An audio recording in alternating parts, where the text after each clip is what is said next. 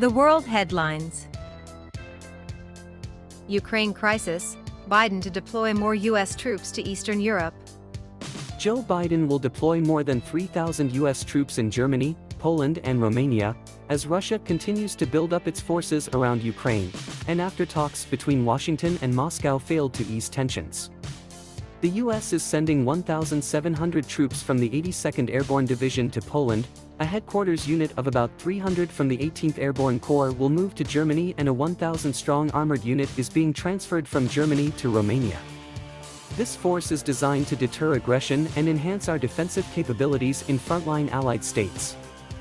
We expect them to move in coming days, said John Kirby, the Pentagon spokesperson. The Russian President, Vladimir Putin, continues to add forces, combined arms, offensive capabilities. Even over just the last 24 hours he continues to add in western Russia and Belarus, and in the Mediterranean and the North Atlantic, Kirby added. He has shown no signs of being interested or willing to de-escalate the tensions. The Pentagon spokesperson said the deployments were separate from the 8,500 troops in the U.S. that were put on heightened alert to be ready to deploy at short notice. Those forces are mostly earmarked to be part of a NATO response force, NRF, intended to bolster the alliance's eastern flank in the face of a potential Russian attack on Ukraine. Kirby said the troops being deployed in the coming days were being sent under bilateral agreements with the host countries. NATO has so far not taken the decision to activate the NRF, which would require the agreement of its 30 member states, including Hungary, whose Prime Minister, Viktor Orbán, visited Moscow on Tuesday to offer support for Putin and said sanctions on Russia were doomed to failure. European diplomats, however, said that German caution in responding to the crisis was more an obstacle to a rapid activation of the NRF than Hungarian obstructionism. Updated guidance on the FTC's health breach notification rule. Last week, the Federal Trade Commission, FTC, released two guidance documents to aid in compliance with its health breach notification rule. The rule, which requires vendors of personal health records or PHR-related entities to notify consumers, the FTC, and sometimes the media, when they discover a breach of security of unsecured personal health record identifiable health information. Last year, the FTC released a policy statement, signaling its commitment to enforce the rule and clarifying, and from the perspective of many, broadening, the types of entities that would come under the rule's purview. This latest set of guidance reinforces that the FTC is increasing its attention on health apps and health data breaches in particular. Violations of the rule are treated as unfair or deceptive acts or practices under the FTC Act and could lead to civil penalties of up to $46,517 per violation. Health app companies that offer products that may fall within this clarified and broadened definition of personal health records should be aware of the rule's requirements and take steps to comply in the event of a security incident. Health Breach Notification Rule, the basics for business. The shorter of the guidance, Health Breach Notification Rule, the basics for business, provides a high-level overview of the rule and the notification requirement. The guidance opens with a series of questions meant to highlight who the rule likely covers, asking if your business has an app or website that holds consumers' health information, or if you deal with health information while providing products or services to companies that offer products that hold this type of information. In both cases, you would likely be covered by the rule. Ex-Chicago officer who killed Laquan McDonald leaves prison. Former Chicago police officer Jason Van Dyke left prison on Thursday after serving less than half of his nearly 7-year sentence for killing black teenager Laquan McDonald, an early release that was widely viewed as a setback in the city's efforts to improve relations between its police department and black community. Jordan Abudaya, a spokeswoman for Illinois Governor J.B. Pritzker, said Van Dyke was released Thursday morning, though she declined to provide further details, including where he had been imprisoned. Van Dyke, who is white, became the first Chicago officer in about half a century to be convicted of murder for an on-duty killing in 2018, and many black leaders hoped his conviction for second-degree murder and 16 counts of aggravated battery signaled a willingness to hold officers accountable.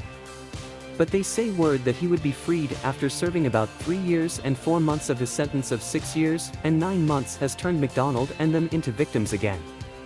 This is the ultimate illustration that black lives don't matter as much as other lives, said the Reverend Marshall Hatch, a prominent minister on the city's west side. To get that short amount of time for a murder sends a bad message to the community. Mayor Lori Lightfoot made a similar point. I understand why this continues to feel like a miscarriage of justice, especially when many black and brown men get sentenced to so much more prison time for having committed far lesser crimes, she said in a statement Thursday. To give the teen and the community the justice it hoped it had with Van Dyke's conviction, the NAACP this week asked U.S. Attorney General Merrick Garland to bring federal civil rights charges against Van Dyke. McDonald's grandmother, Tracy Hunter, has asked for the same thing. Justice Breyer's influence on America's healthcare system: food, drugs, healthcare, life sciences. This week's news that Justice Stephen Breyer would step down from the Supreme Court at the conclusion of the court's term definitely caught our attention here at the Medicaid and the Law blog.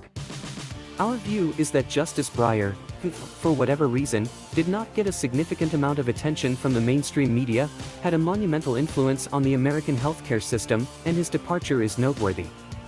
We thought we'd highlight a few cases in which he had a decided effect on the Medicare and Medicaid programs.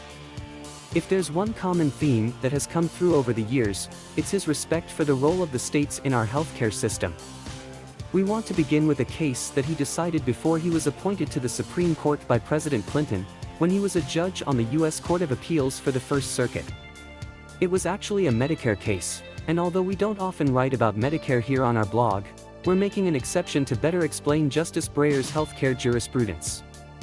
The case, Massachusetts Medical Society v. Dukakis, 815 F.2d 790, First Circle 1987, involved a law that Massachusetts had enacted prohibiting physicians who treated Medicare patients from balance billing them for the cost of their care, in other words, charging them an amount in excess of the Medicare payment amount. Under the Medicare program, a beneficiary who receives a physician service has to pay coinsurance equal to 20% of the Medicare payment for the service. Let's say a physician assesses a patient with flu symptoms and the Medicare payment for that service is $100. The Medicare program pays $80 and the beneficiary pays $20. But what if the physician isn't happy with the $100 payment and feels that her services are worth $200? USA Swimming announces new policy for elite transgender athletes. The national governing body for competitive swimming in the United States released a new policy Tuesday for transgender female athletes, and it faced swift criticism from some advocates. USA Swimming, which has more than 400,000 members who compete on club teams all the way up to the Olympic team, released the Athlete Inclusion, Competitive Equity and Eligibility Policy, which is effective immediately. It lays out two requirements for trans women who are members of USA Swimming. The concentration of testosterone in their blood must be less than 5 nanomoles per liter continuously for at least 36 months before they apply to compete, and they must provide evidence that going through puberty as their sex assigned at birth does not give the athlete a competitive advantage over the athlete's cisgender female competitors. A panel of 3 independent medical experts will be charged with reviewing applicants and implementing the policy. In a news release Tuesday, USA Swimming cited statistical data comparing male and female cisgender athletes, who identify with their sex assigned at birth, that shows that the top-ranked woman in 2021, on average, would be ranked much lower in male events across short and long swimming distances. The update comes a few weeks after the NCAA, which oversees collegiate athletics, announced it would scrap its previous trans athlete policy and instead adopt a sport-by-sport approach, similar to that of the International Olympic Committee. Under this guidance, athletes will look to the trans athlete policy developed by their sport's national or international governing body. For swimming, those organizations are USA Swimming and FINA, the international governing body. Artificial intelligence, deepfakes in the entertainment industry, intellectual property. Ever since the first Terminator movie was released, we have seen portrayals of robots taking over the world. Now we are at the beginning of a process by which technology, specifically, artificial intelligence, will enable the disruption of the entertainment and media industries themselves. From traditional entertainment to gaming, this article explores how deepfake technology has become increasingly convincing and accessible to the public, and how much of an impact the harnessing of that technology will have on the entertainment and media ecosystem. What is a deepfake, and why does it matter? The term deepfake refers to an AI-based technique that synthesizes media. This includes superimposing human features on another person's body, and/or manipulating sounds, to generate a realistic human experience. Actor Val Kilmer lost his distinctive voice to throat cancer in 2015, but Sonantic's deepfake technology was recently used to allow Kilmer to speak. The actor's son was brought to tears upon hearing his father's voice again. Deepfakes have also been used to break down linguistic barriers, including by English soccer great David Beckham in his Malaria No More campaign. There, deepfakes enabled Beckham to deliver his message in 9 different languages. And sometimes deepfakes are used for downright fun, such as in this art installation, which allows users to take a surreal selfie with Salvador Dali. Leveraging deepfakes to enhance a talent's skill set. Commercial applications of deepfakes currently include both hiring the underlying deepfake actors, as well as individuals whose likeness is used as a rapper, i.e., the visage or likeness portrayed in the content, for the underlying performance. Change in gaming economics is driving M&A boom.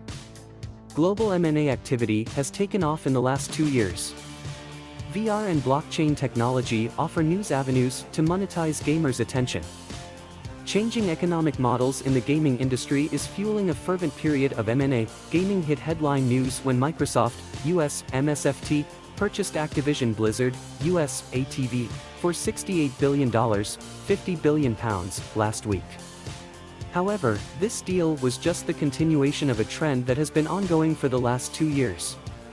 Since the beginning of 2020, there have been 584 deals involving gaming companies, according to data from Refinitiv. In the 2 years preceding 2020, there were only 269. The pandemic has made big tech acknowledge that gaming is the future of the attention economy, as consumers' attention is now seen as a scarce and precious resource. People only have so much time to distribute, and companies are investing heavily to capture it. The latest trend survey from The New Consumer said that 68% of Gen Z, those born between around 1997 and 2012, identified themselves as gamers, whereas for Gen X it was only 34% and amongst baby boomers just 8%. The companies moving fastest to consolidate the gaming space recently have been Tencent, HK, 700, Sony, JP, 6758, and Microsoft. Since 2015, Tencent has completed 23 gaming deals, while Microsoft has agreed 12 acquisitions. This includes the $68 billion deal for Activision, which if approved by the US regulator would be by far the largest such deal ever completed. Sony has completed 11 acquisitions in this time, including the $3.6 billion deal for game studio Bungie it announced this week. Cloud gaming follows Netflix's example. Netflix, US scheduled service to an on-demand streaming product. Similarly, tech companies are now investing in cloud gaming products. Islamic State leader killed during US raid in Syria. The leader of the violent Islamic State group was killed Thursday, blowing himself up along with members of his family during an overnight raid carried out by US Special Operations Forces in northwestern Syria, President Joe Biden said. The raid targeted Abu Ibrahim al-Hashimi al-Quraishi, who took over as head of the militant group on October 31, 2019, just days after leader Abu Bakr al-Baghdadi died during a US raid in the same area. Biden said al-Quraishi died as al-Baghdadi did, by exploding a bomb that killed himself and members of his family, including women and children, as US forces approached. The operation came as IS has been trying for a resurgence, with a series of attacks in the region, including an assault late last month to seize a prison in northeast Syria holding at least 3,000 IS detainees, its boldest operation in years. Thanks to the bravery of our troops, this horrible terrorist leader is no more, Biden said. He said al-Quraishi had been responsible for the prison strike, as well as genocide against the Yazidi people in Iraq in 2014. About 50 US Special Operations Forces landed in helicopters and attacked a house in a rebel-held corner of Syria, clashing for 2 hours with gunmen, witnesses said. Residents described continuous gunfire and explosions that jolted the town of Atma near the Turkish border, an area dotted with camps for internally displaced people from Syria's civil war. Biden said he ordered US forces to take every precaution available to minimize civilian casualties, the reason they did not conduct an airstrike on the home. First responders reported that 13 people had been killed, including 6 children and 4 women. White House Press Secretary Jen Psaki said U.S. officials believe al-Quraishi's explosive killed himself, his wife, and 3 children. She added that U.S. officials were conducting an assessment to determine whether American action resulted in any civilian deaths. Russia-Ukraine crisis. Biden formally approves new U.S. troops to Europe, deployments expected in coming days. The deployments to Eastern Europe, which were first reported by CNN, are a show of support to NATO allies feeling threatened by Russia's military moves near Ukraine and the threat of an invasion, U.S. officials said. Pentagon Press Secretary John Kirby said the deployments included roughly 2,000 troops that would deploy from the United States to Poland and Germany. In addition, approximately 1,000 troops currently based in Germany were moving to Romania. Kirby said the moves, which would happen in the coming days, were not permanent and emphasized, these forces are not going to fight in Ukraine. Biden signed off on the additional troops following a meeting on Tuesday morning at the White House with Defense Secretary Lloyd Austin and Joint Chiefs Chairman General Mark Milley, an official said. Kremlin spokesman Dmitry Peskov told CNN's Matthew Chance in an exclusive statement later Wednesday that the U.S. de facto is continuing to pump up tension in Europe. Peskov said the deployments are the best proof that we, as Russia, have an obvious reason to be worried. Biden told CNN's Caitlin Collins Wednesday that the decision was totally consistent with what the U.S. has told Russia throughout discussions. It's totally consistent with what I told Putin in the beginning, Biden said in a brief exchange in the White House East Room. As long as he's acting aggressively, we're going to make sure we reassure our NATO allies and Eastern Europe we're there, and Article 5 is a sacred obligation. At the same time the U.S. was preparing to send troops to Europe, the White House said Wednesday it was no longer describing a potential Russian invasion of Ukraine as imminent, suggesting the word sent an unintended message. I used that once. I think others have used that once.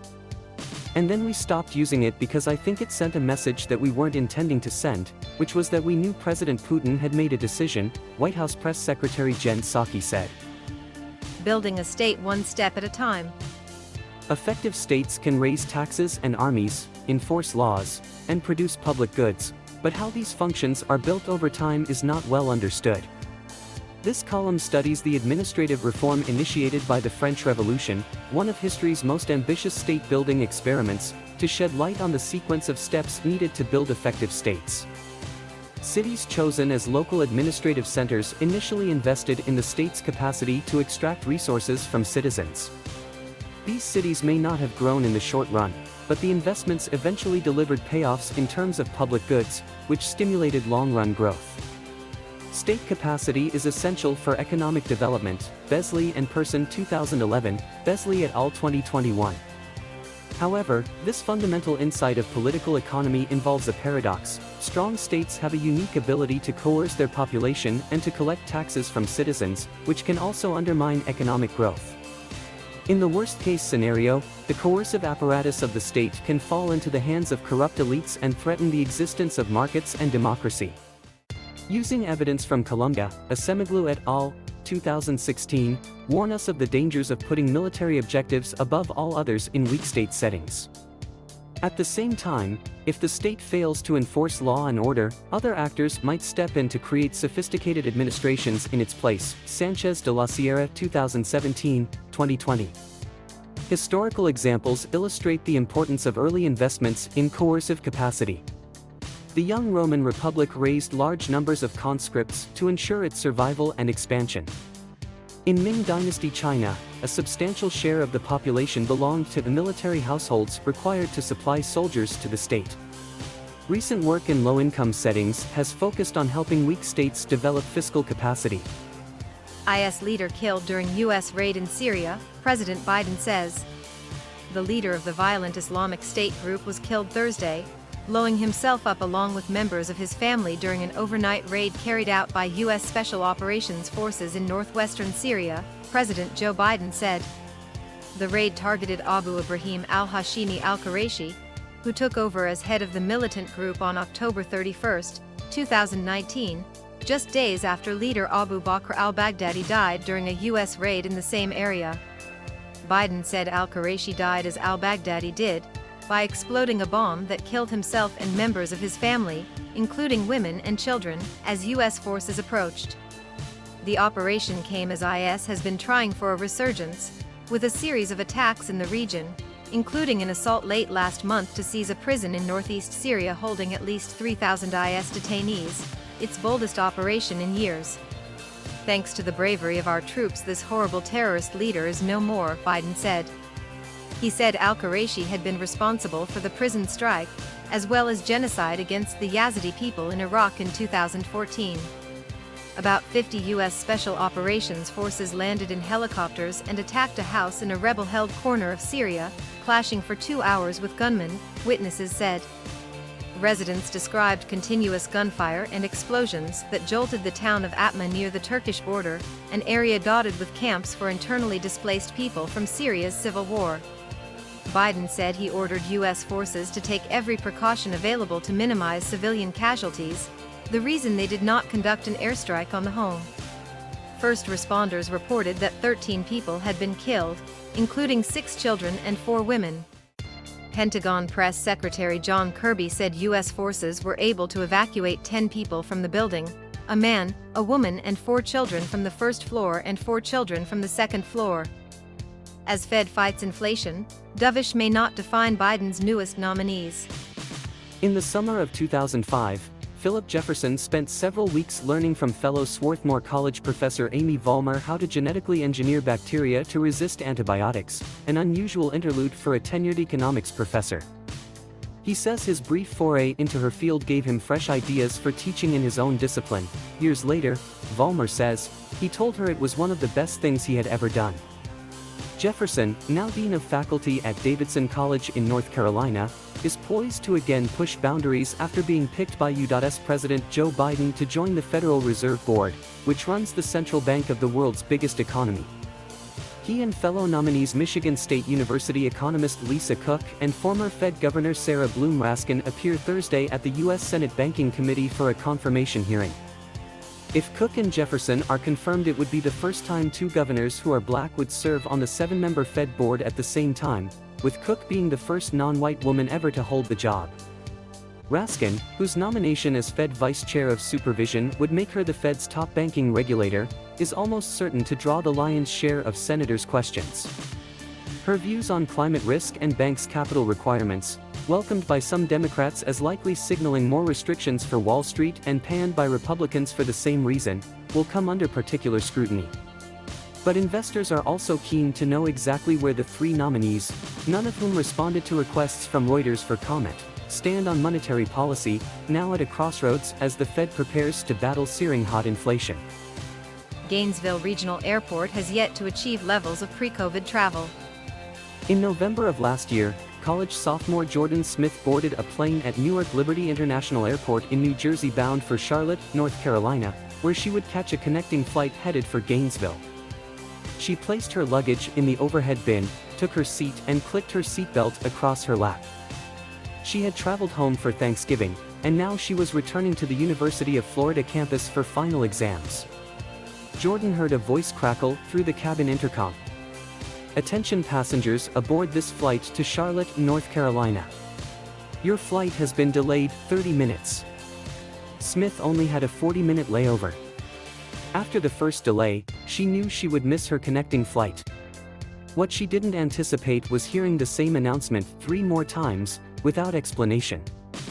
This experience has made it abundantly clear I cannot fly when I have a time crunch or anything like that, she said. Smith isn't alone. She is one of many travelers who are opting to book direct flights rather than those with mid-flight connections to avoid delays. In Gainesville, that looks like passengers opting to depart from Jacksonville, Tampa, or Orlando airports rather than Gainesville Regional Airport. Across the country, the spike in the Omicron variant of COVID-19 has led to staffing shortages and supply chain issues. These factors, combined with winter weather extremities, have resulted in flight delays, cancellations, and reduced airport foot traffic. Aaron Porter, Gainesville Regional Airport's Manager of Marketing and Public Relations, said these inconveniences are a burden to all airports, no matter their size or location. The first thing we noticed were fewer cars in the parking lot, Porter said. Franklin Park woman advocates for women's heart health via National Wear Red Day. The pin on Kim Leo's outfit is a sparkling accessory. It's there to make a statement, but not a fashion statement. She wears it to send a heartfelt message. The shiny piece of red jewelry in the shape of a dress represents the symbol for the American Heart Association's Go Red for Women National Wear Red Day, a time to create awareness for women's heart health. Heart disease is the leading cause of death for women in the U.S., about 1 in every 5 female deaths, according to the Centers for Disease Control and Prevention. Experts say the effects of COVID-19 are likely to influence cardiovascular health and mortality rates. Heart disease is humbling, said Leo, who had a heart attack 10 years ago this May and works for a local cardiac medical device company. It doesn't discriminate. The Franklin Park resident recalled arriving at her office in Harrisburg around 7 a.m., where she worked for Capital Blue Cross at the time. Nothing was out of the ordinary that Monday morning until she reached her desk. She felt extreme nausea and a tingling in her chest. She began to sweat. She called her husband Ron, who worked for the same company. He alerted one of the first responders on site. One of her arteries was 99% blocked. There was a blood clot. She was prepped for emergency open-heart surgery. She was 46 years old. She didn't smoke. She had a good diet. She was on medication for hypertension. There is a family history of heart disease. Doctors told her husband she had a 50-50 chance of survival. Recent suicides are illustrating the need for better mental health care. Several suicides in the span of 1 month have placed a focus on mental health in the Black community. Chesley Christ, 30, winner of Miss USA in 2019 and an extra correspondent, died by suicide Sunday, and Ian Alexander Jr., son of actor and director Regina King, died just days after his 26th birthday. Kevin Ward, mayor of Hyattsville, Maryland, died last week of apparent suicide, according to a statement from the city, which described Ward as a valued and trusted leader and a fierce advocate for all the people. Mental health challenges have been on the incline for many in recent years, due to the pandemic and other factors. According to Centers for Disease Control and Prevention data collected between June 24 and 30, 2020, 40% of U.S. adults reported struggling with mental health or using substances. Meanwhile, depression rates among adolescents was twice that of adults, according to 2020 National Institute of Mental Health data. Adolescent males and Black males, in particular, have experienced the highest increase in suicide attempts, according to an analysis of data between 1991 and 2019 published by JAMA Network Open in June. The study pointed to a growing mental health crisis among young people, even before the COVID-19 pandemic. According to separate data published by JAMA Network Open in May, between 2014 and 2019, the age-adjusted suicide rate in Black individuals increased by 30%. Factors related to structural inequality and social determinants of health may contribute to the increased rate of suicide attempts among Black adolescents. The June study in JAMA Network Open noted that Black adolescents are more likely to experience behavioral challenges, live in households with financial hardships, and endure socioeconomic inequalities like poverty and racial segregation, and these obstacles could result in untreated mental illness, hopelessness, and risk of suicidal behavior. The complex ethics and risks of organ transplants. Last week, a hospital in Boston removed a patient from its heart transplant waiting list over his refusal to receive a COVID vaccine. Although many hospitals had been enforcing such policies throughout the pandemic, the news took off internationally.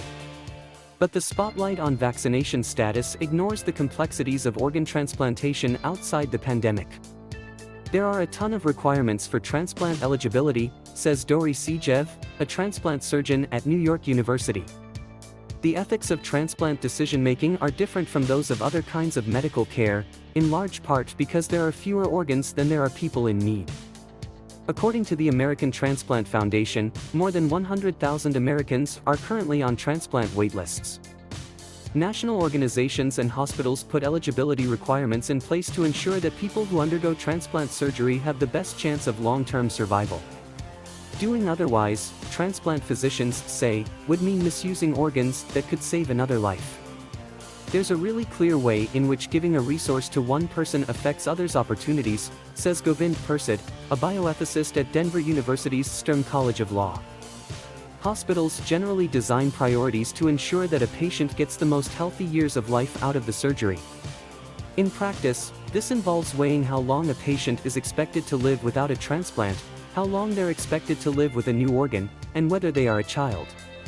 But there are also questions of equity, requiring that a patient have a family member to drive them to work, or have a certain BMI, could disproportionately end up excluding people who already face barriers to care.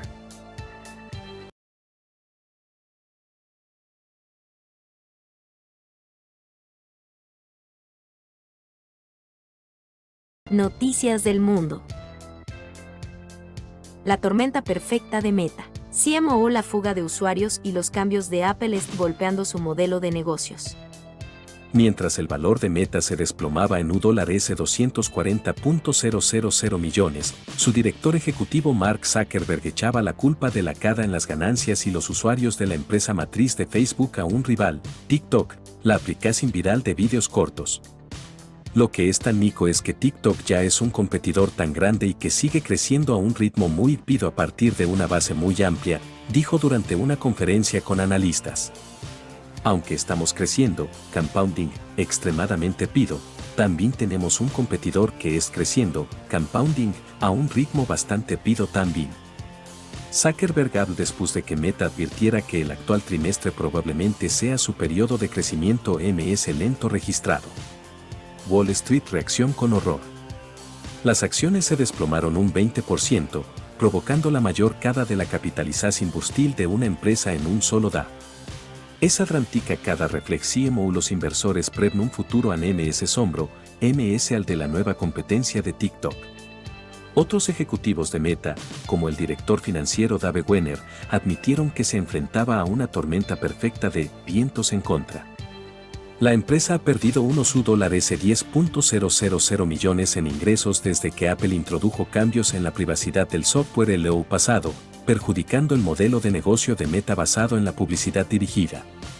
Las condiciones macroeconómicas, como la inflación y las disrupciones en la cadena de suministro, también han reducido los presupuestos de los anunciantes. La empresa también se ha hecho algunos goles en contra. Los escándalos de privacidad han contribuido al descontento de los usuarios. Los usuarios MSGN están yendo a sitios como TikTok, propiedad de la China ByteDance. Por primera vez desde que Meta salía a bolsa, los usuarios activos diarios de sus apps cayeron ligeramente, mientras que los usuarios activos mensuales se mantuvieron estables. ¿Cómo elegir su primer juguete sexual? Gente, cultura. La industria de los juguetes sexuales crece a ritmos exponenciales y cada vez son más los sex toys dispuestos a satisfacer a las mujeres y a los hombres, solos o acompañados. Mientras más pasa el tiempo, los diseños evolucionan en elegancia y sofisticación. Es más, existen de distintos colores y tamaños y con distintas funcionalidades. Cada persona vive su sexualidad de forma distinta y no hay un ideal general de cómo disfrutarla. Por eso, para dar con su juguete ideal, primero tiene que preguntarse qué es lo que le gusta, qué es lo que le da placer y qué le gustaría explorar. Ya sea para mayor autosatisfacción, para potenciar las relaciones sexuales en pareja o mejorar la conexión con su genitalidad y la percepción de su cuerpo, los juguetes son de gran ayuda para mejorar la sexualidad que va mucho más allá de la penetración. Debe ser una elección personal y libre o de común acuerdo entre las parejas.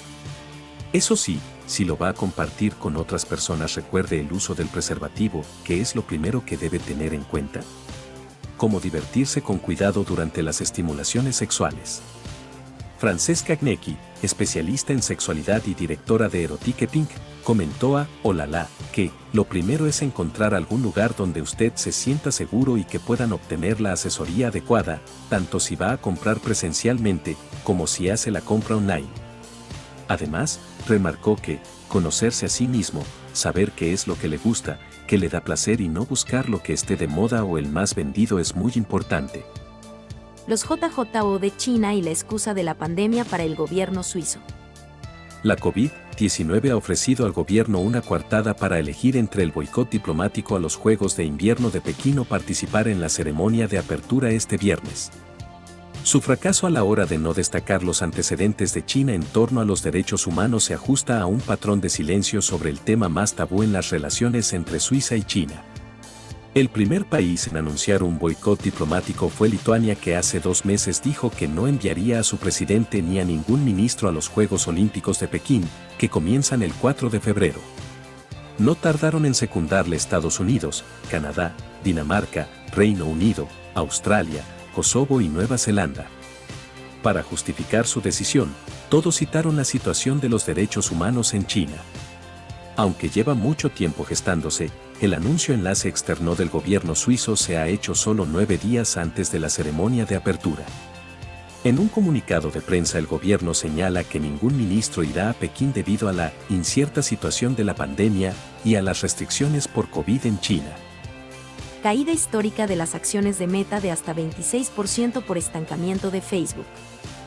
Las acciones de Meta Platforms Inc. colapsaron hasta un 26% en las primeras operaciones del jueves en Wall Street, su mayor caída en la historia, luego de que la base de usuarios de Facebook flaqueara el último trimestre, el primer estancamiento en la historia de la compañía. Fue solo una mala métrica de varias en un terrible informe de ganancias que hizo que muchos inversionistas se preguntaran si los mejores días de las acciones quedaron atrás. El pronóstico de ventas de este trimestre también decepcionó a Wall Street y el director ejecutivo Mark Zuckerberg, quien vio que su riqueza personal se desplomaba potencialmente alrededor de $24.000 millones americanos, reconoció que Meta enfrenta una competencia seria por el tiempo y la atención de los usuarios, particularmente de la aplicación viral para compartir vídeos TikTok. La perspectiva sombría y el estancamiento del impulso de los usuarios marcan un cambio dramático para una empresa que ha registrado ganancias de acciones todos los años excepto uno desde su salida a bolsa en 2012, lo que aviva la preocupación de que el producto insignia de Meta Platforms y el principal productor de dinero publicitario se haya estancado después de años de ganancias constantes. Estos recortes son profundos, escribió Michael Nathanson, analista de la correduría Moffett Nathanson, quien tituló su nota, Facebook, el principio del fin. Los resultados fueron un acaparador de titulares y no en el buen sentido. Zuckerberg dijo que el rival de Meta para TikTok está creciendo rápidamente, pero la monetización ha sido lenta. Pidió paciencia a los inversionistas a medida que el producto aumenta. Con el tiempo, creemos que existe el potencial para una enorme cantidad de crecimiento general del compromiso con deals, dijo en una conferencia telefónica el miércoles. Expertos de Estados Unidos abogan por la diplomacia en Ucrania. La crisis entre Rusia y Ucrania no tiene por qué desembocar en una guerra pese a la insistencia de Estados Unidos incitando al enfrentamiento. Declarar que ningún arreglo diplomático y negociado es posible en Ucrania porque el tren militar ha abandonado la estación y que cualquier compromiso equivale a una rendición, equivale a un derrotismo que niega la agencia humana, manifestaron 2 expertos de Estados Unidos en un análisis sobre la crisis promovida por Washington alrededor de Ucrania para afectar a Rusia. El análisis publicado en el sitio www.defensione.com, Thomas Graham, miembro distinguido del Consejo de Relaciones Exteriores y exdirector principal para Rusia en el Consejo de Seguridad Nacional durante la administración de George W. Bush, y Rajan Manon, director del Programa de Gran Estrategia de Prioridades de Defensa e investigador principal del Instituto Saltzman de Estudios sobre la Guerra y la Paz de la Universidad de Columbia, sostienen que la crisis entre Rusia y Ucrania no tiene por qué desembocar en una guerra pese a la insistencia de Estados Unidos incitando al enfrentamiento. Al leer la cobertura y los comentarios sobre la crisis entre Rusia y la OTAN en los periódicos más importantes de Estados Unidos, se puede llegar a la conclusión de que el mamotreto militar ruso pronto pisoteará la diplomacia marchando hacia Ucrania y derrocando el orden de seguridad europeo, algo que muchos expertos ven como resultado de una bien montada campaña mediática basada en informaciones falsas que la Casa Blanca intenta blanquear con aliados como el Reino Unido. Los expertos citan declaraciones de belicistas como un miembro del personal del Consejo de Seguridad Nacional del presidente Donald Trump, quien opinó que atacar a Ucrania es el primer movimiento del presidente Vladimir Putin en una táctica para desalojar a Estados Unidos de Europa. Todo listo para los Juegos Olímpicos de Invierno Beijing 2022. China no escatimó en gastos para prepararse, con un informe de Insider que fijó el costo total por encima de los $38.500 millones, 24 veces el presupuesto inicial del país de $1.600 millones. Como con todo lo que hace China, cuando quiere ocupar el centro del escenario a nivel internacional, montará un gran espectáculo. La recompensa interna de los Juegos Olímpicos es importante porque China enfrentará un año difícil en 2022. 11 busca un tercer mandato sin precedentes como secretario general del Partido Comunista. La economía de la nación se está desacelerando. Los líderes chinos se preocupan por mejorar el estatus internacional de la nación, pero ya están trabajando desde una posición de relativa fortaleza. El ascenso de China a nivel internacional, especialmente desde 2008, es innegable. Su estatus como la potencia número 2 del mundo es reconocido casi universalmente. Entérate, las estrellas de los Juegos Olímpicos de Invierno Beijing 2022. Los Juegos de Invierno de 2022 en Beijing brindan muchos beneficios para China y realmente no tienen inconvenientes para el país. Para el líder de China, Xi Jinping, el resultado más importante de los Juegos probablemente será su impacto en su audiencia nacional, ya que la cobertura de los Juegos por parte de los medios chinos será muy nacionalista y elogiosa, con el objetivo de impresionar. Las vacunas nasales contra la COVID despiertan esperanzas entre los científicos. A las afueras de esta ciudad centenaria de India, a un mundo de distancia de las carreteras congestionadas y su cacofonía, los relucientes y modernos laboratorios de Bharat Biotech están produciendo una vacuna contra la COVID que se rociaría en la nariz en vez de inyectarse en la sangre. Las vacunas que están disponibles actualmente producen una inmunidad poderosa y duradera contra las complicaciones graves, como han demostrado varios estudios recientes. Pero su protección contra la infección por coronavirus es temporal y puede decaer a medida que surgen nuevas variantes del virus, una falla que ha generado la propuesta de administrar vacunas de refuerzo de manera regular. Las vacunas nasales podrían ser la mejor manera de prevenir infecciones a largo plazo porque dan protección exactamente en el lugar donde se necesita para defenderse del virus, la mucosa de revestimiento de las vías respiratorias, donde el coronavirus llega en primera instancia. Bharat Biotech es uno de los principales fabricantes de vacunas del mundo. Su producto más conocido, la vacuna Covaxin, está autorizado para prevenir la COVID en India y muchos otros países. Pero su vacuna nasal experimental puede representar un verdadero cambio. Inmunizar a poblaciones enteras en medio de una ola repentina de casos con una vacuna nasal u oral sería más rápido que aplicar inyecciones que para ser administradas requieren conocimientos y tiempo. Es probable que una vacuna nasal sea más sencilla de aceptar para muchas personas, como los niños, que las inyecciones, que pueden ser dolorosas, y evitaría los problemas de escasez de agujas, jeringas y otros materiales. Las vacunas intranasales se pueden aplicar de manera sencilla en campañas de inmunización masiva y así reducir la transmisión, dijo Krishna Ella, presidente y director general de Bharat Biotech. La justicia solo es justa si es capaz de resolver a tiempo. Cada 3 de febrero se celebra en todo el mundo el Día Internacional del Abogado. En la Comunidad Valenciana al cierre de diciembre de 2021, había 14.181 letrados, aunque el número de colegiados, es decir, ejercientes y no ejercientes, en los 8 colegios que integra la comunidad ascendía a 21.871. Economía 3 quiere acercarse a esta figura y conocer de primera mano cómo ayuda a la sociedad en su conjunto y a la empresa en particular a llevar a cabo sus desafíos y proyectos. Hablamos con 2 firmas valencianas con fuerte arraigo, ellas son Niñerola Abogados y SCG International Lab. Además contamos con la opinión de Pedro Antonio Gil Palencia sobre el modelo 720. Asimismo, para tener una visión holística de la profesión y del estado en el que se encuentra actualmente la justicia en la comunidad, hablamos con Ángela Coquillat, presidenta del Consejo Valenciano de Colegios de Abogados, el órgano que aglutina los 8 colegios de abogados de la Comunidad Valenciana. Además, Coquillat es la vicepresidenta del ICAB. ¿Cuál es la situación actual de la justicia? ¿Qué aspectos ha puesto más evidencia en la pandemia? Como sabéis, la pandemia suspendió plazos y términos de toda la actividad judicial, quedó prácticamente paralizada, salvo causas con presos, materias que afectaban a derechos fundamentales, pero hablamos de unas 20.000 actuaciones suspendidas. Este hecho con una justicia que hubiera ido, en tiempo, a lo mejor se hubiera revertido más fácilmente. El problema es que nuestra justicia ya estaba en la UBI y la pandemia vino a ralentizar todo mucho más. No obstante, durante ese tiempo, nosotros seguimos asistiendo a los detenidos en los juzgados de guardia, en las comisarías y en los calabozos, y los abogados laboralistas trabajaron mucho con el tema de los ERTE.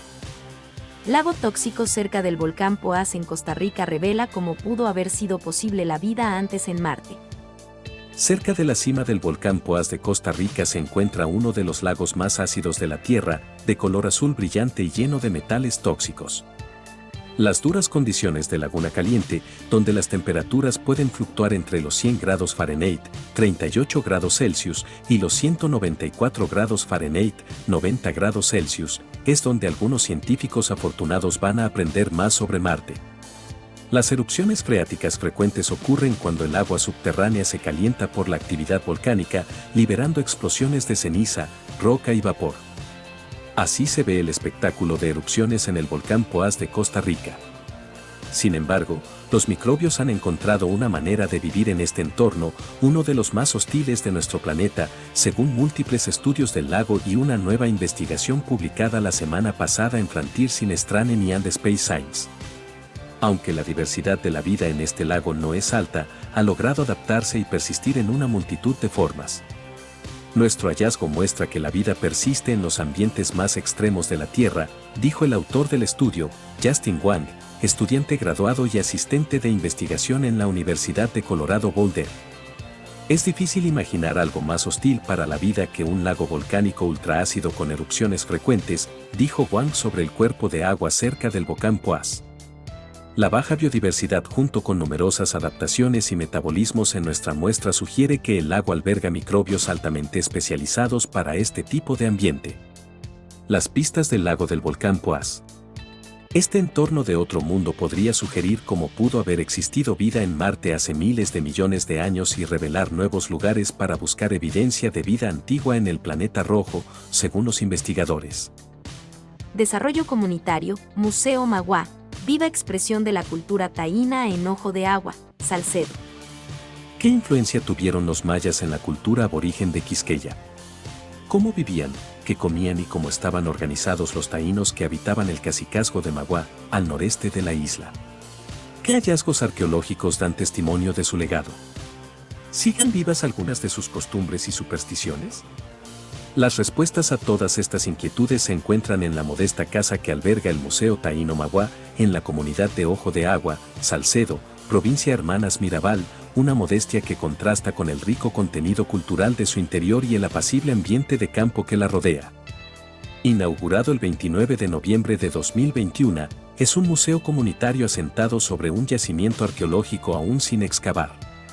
El recorrido por las 6 salas toma su tiempo porque cada objeto, lámina o dibujo cuenta una historia sobre nuestros aborígenes que el joven Juan Peña, director y fundador del museo, se encarga de explicar con la paciencia, la pasión y el conocimiento que le han dado más de 20 años de exploración e investigación. Su colección alcanza las 3.000 piezas e incluye morteros ceremoniales y para triturar tubérculos, orejeras, semíes, sellos de alfarería, piedras sílex, usadas como cuchillos y para hacer fuego, cinceles, puntas de flechas, restos de caracoles, fragmentos de platos y postizas, piezas de collares, lechuzas, macogues y búhos, un trigonolito y figuras amorfas y antropomorfas que representan la alfarería del Magua y sus influencias.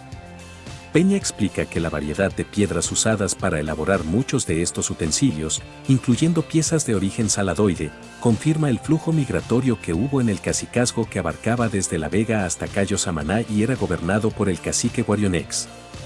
Todas las piezas en exhibición fueron encontradas en los alrededores de la Casa Museo. Desde el limbo de la política, la DC reclama respeto al futuro gobierno y pone precio a sus votos. Las declaraciones de la mayoría de sus dirigentes es que ellos no estaban pensando en ser parte del gobierno, lo que a mí me parece muy bien y me parece que además le da más coherencia al gobierno que estamos haciendo. Venimos de proyectos políticos distintos. Las palabras del presidente electo, Gabriel Boric, en el programa Tolerancia Cero, constituyen uno de los ejemplos que varios miembros de la democracia cristiana expusieron para explicar una molestia que viene germinando desde hace rato con el futuro gobierno. Según explicaron, no tiene que ver con no tener cargos, sino más bien con el trato que se les estaría dando, ya sea no siendo considerados en ciertos espacios de definiciones en el Parlamento, por las nulas señales de acercamiento luego de la segunda vuelta y por lo que acusan como una estigmatización de lo malo de los últimos 30 años, a diferencia de sus socios, que pareciera que fueran quienes hicieron todo lo bueno.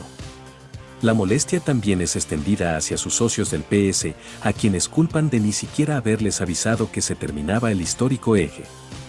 Pero todo tiene una razón de ser, reconocieron los mismos, y guarda directa relación con el estado en que se encuentra el partido, es decir, con una directiva de salida que no tiene posibilidades de amarrar ningún tipo de acuerdo en el corto y mediano plazo, y en medio de una guerra civil interna, como describen a las elecciones para la nueva directiva, que tiene a dos tesis en pugna y que son de primera necesidad para saber qué tipo de relación se va a establecer con la futura administración gubernamental. Leucemia, como es la terapia celular que logró frenar 10 años el cáncer en 2 pacientes. Las terapias con células CAR-T consisten en extraer las células del sistema inmune, que se llaman células T, de una persona con cáncer. Luego se las altera genéticamente para que se conviertan en cazadoras de tumores.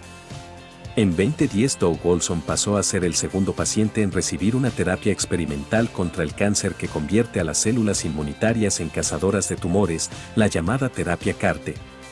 Semanas después, el médico le dijo, no podemos encontrar ni una sola célula cancerosa en tu cuerpo. Olson estaba bastante convencido de que había terminado con su enfermedad, una leucemia linfocítica crónica. Más de 10 años después, ahora se sabe que el tratamiento funcionó. Las células inmunitarias siguen patrullando la sangre de Olson, quien ya no tiene la leucemia. Ahora podemos concluir que las células CAR-T pueden curar realmente a los pacientes con leucemia, dijo Cal Hune, uno de los científicos que hizo la investigación que fue publicada en la revista Nature ayer. El primer paciente tratado con CAR-T fue Bill Ludwig, quien también se mantuvo libre de cáncer hasta su muerte por COVID-19 en enero de 2021. Pero tanto el caso de Ludwig como el de Olson son parte de que la prueba de concepto de la terapia podría funcionar. Las terapias con células CAR-T consisten en extraer las células del sistema inmune, que se llaman células T, de una persona con cáncer.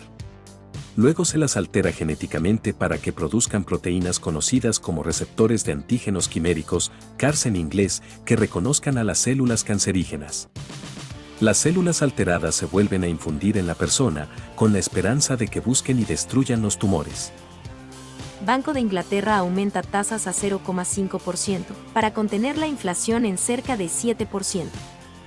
El Banco de Inglaterra elevó su tasa de interés clave como parte de un paquete de medidas para contener la inflación que está en camino de superar el 7%, ya que los responsables políticos estuvieron a punto de lograr un aumento sin precedentes de 50 puntos básicos. El aumento del 0,25% al 0,5% fue respaldado por 5 de los 9 responsables de la formulación de políticas del banco. En un movimiento sorpresivo, 4 votaron por un aumento mayor, al 0,75%, un aumento que no se ha visto desde que el banco se independizó en 1997.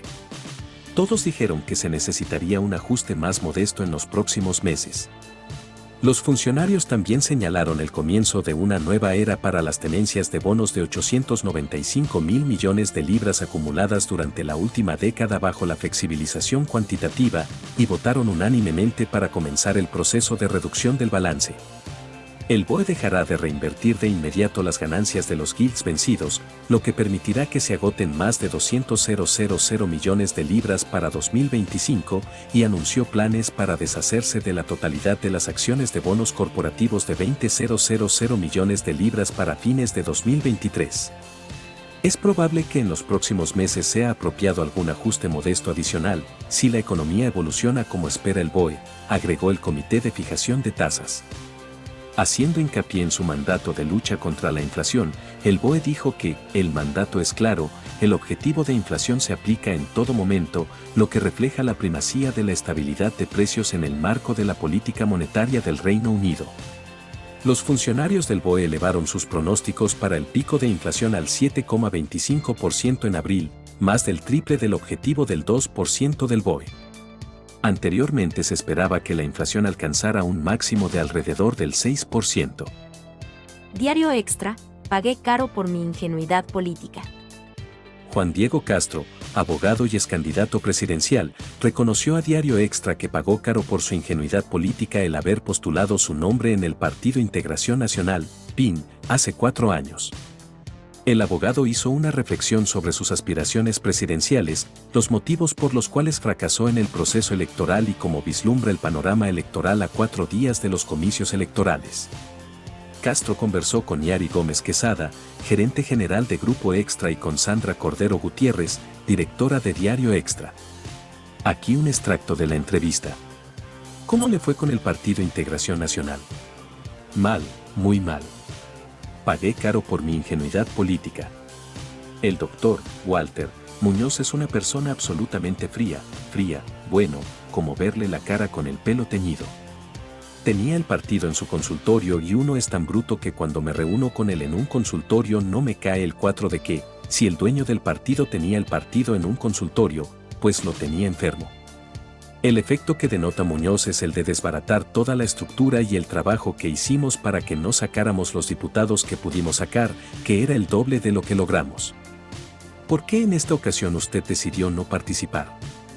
En la campaña CR hoy estando ahí, por favor, dirigiendo la campaña sucia en mi contra, Silvia huyó a Castro con la asesoría de Edgar Espinosa y Pilar Cisneros, por eso me repugna ver a Pilar Cisneros hablando de qué horror y qué sucia es la política cuando ella dirigió en CR hoy la campaña sucia en mi contra.